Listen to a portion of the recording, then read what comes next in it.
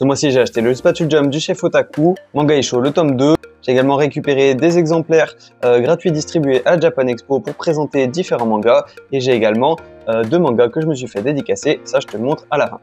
Cette vidéo fait suite à mes achats manga de Japan Expo et de juillet 2025, donc n'hésite pas à aller la voir après avoir vu celle-là et t'être abonné. Alors déjà pour commencer avec le Spatule Jump, je trouve que c'est une très belle édition, les livres sont grands, donc c'est agréable à lire. Bon, c'est 25 €, c'est quelque chose qui est quand même assez cher pour 5 histoires.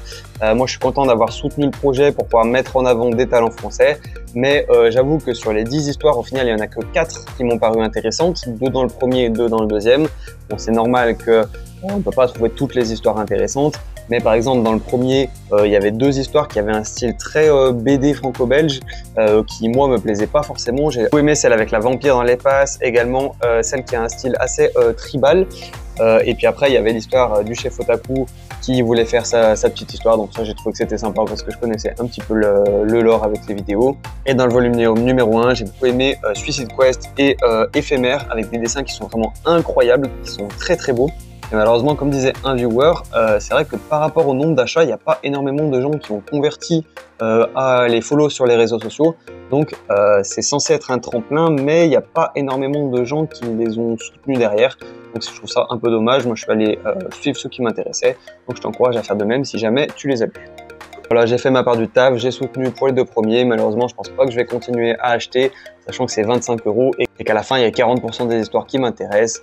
Je préfère autant acheter de manière ciblée et être sûr d'acheter un truc qui m'intéresse. Ensuite, Manga Isho, on est sur le même format, sauf que là, c'est une grosse maison d'édition, c'est Kana, qui publie à la fois des one-shots comme le Spatule Bro, mais également des séries qui se suivent. De la même manière, il n'y a pas toutes les histoires qui m'ont plu, il y a un pourcentage beaucoup moins élevé, sauf que là, on est sur du 7 €, 8 €, contrairement à 25 €. Et l'histoire Not a Regular Day qui m'a touché, que j'ai beaucoup aimé. Puis 3-4 autres histoires que j'ai trouvé cool. Après c'est pareil, j'ai pas trouvé énormément de bonnes histoires, mais il y en a quelques-unes que j'arrive à tirer. Mais c'est pareil, là où Spatule Jump je vais arrêter, je pense que là je vais peut-être encore en acheter 1 ou 2 de plus, voir un petit peu ce que ça donne, voilà. Mais c'est pareil, je préfère mettre de l'argent dans des tomes que je suis sûr d'aimer. Ensuite, à Japan Expo, ils distribuaient gratuitement des magazines comme ça avec des extraits, donc pareil, en grand format, de bonne qualité. Moi, j'ai beaucoup aimé le fait qu'ils fassent ça. Je connaissais pas avant, la dernière fois où j'y avais été, c'était en 2022, je crois, et c'était pas encore sorti. On a un petit poster des Noces des Lucioles. Une histoire que j'ai énormément aimée et que je connaissais pas du tout, c'est Promenons-nous dans l'espace. Donc il y a un gros extrait pour un manga qui va sortir en septembre.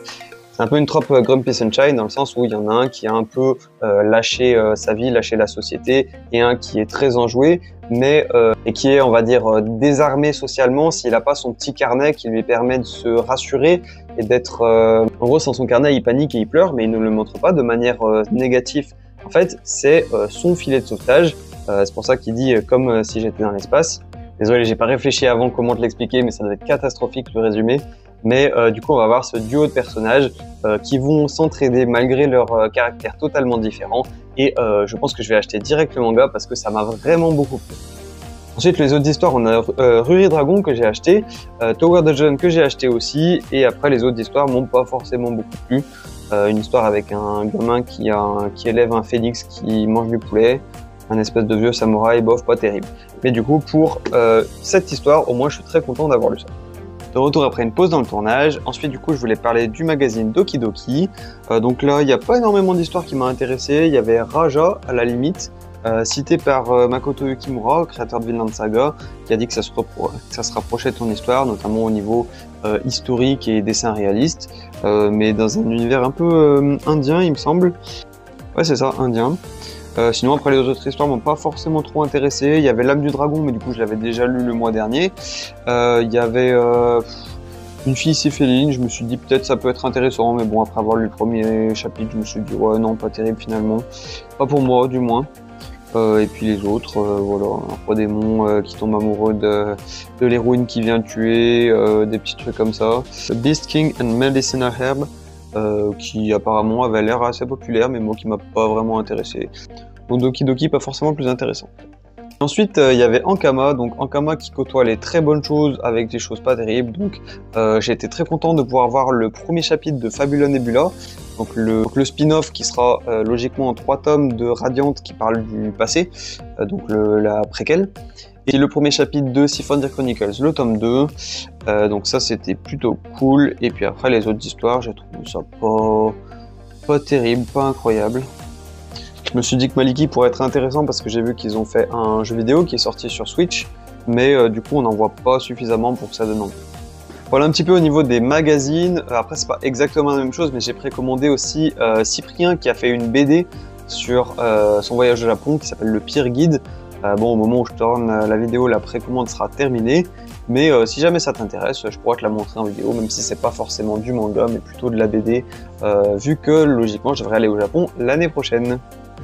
Et enfin, on passe sur la dernière partie avec les dédicaces. Donc j'ai été à Japan Expo où j'ai pu rencontrer Naoko Ren, donc créateur de Siphodir Chronicles, donc le spin-off de Radiant. Malheureusement, j'ai pas pu voir Tony Valente parce que c'était sur tirage au sort. Et le premier jour, j'étais pas au courant. Le deuxième jour, on a essayé, on était à 2, on n'a pas eu notre chance ni l'un ni l'autre. Et après, j'ai pu rencontrer de nouveau Enaibi, la dessinatrice de Orion, qui a pu me faire Nirki, mon personnage préféré.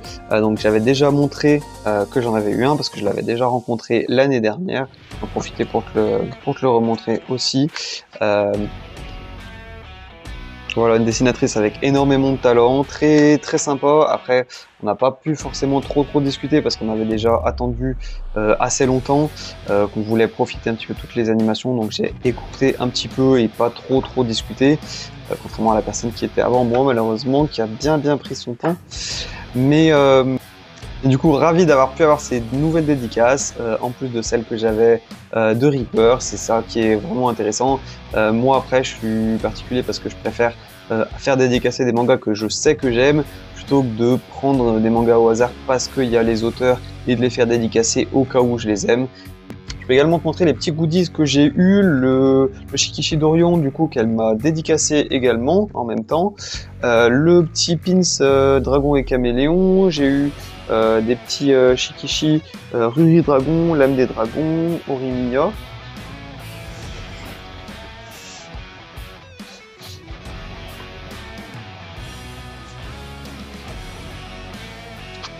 Et je me suis vraiment limité au niveau des goodies, mais je me suis quand même acheté le stand acrylique de Dragunov et le stand acrylique de Poultard de Wakfu. Et j'ai pu trouver le petit poster bestial dont je vais bientôt faire une vidéo qui va apparaître sur la chaîne. Donc abonne-toi si ça t'intéresse, n'hésite pas à aller regarder mes autres vidéos, à liker et à partager tes potes si ça t'a plu. Ciao!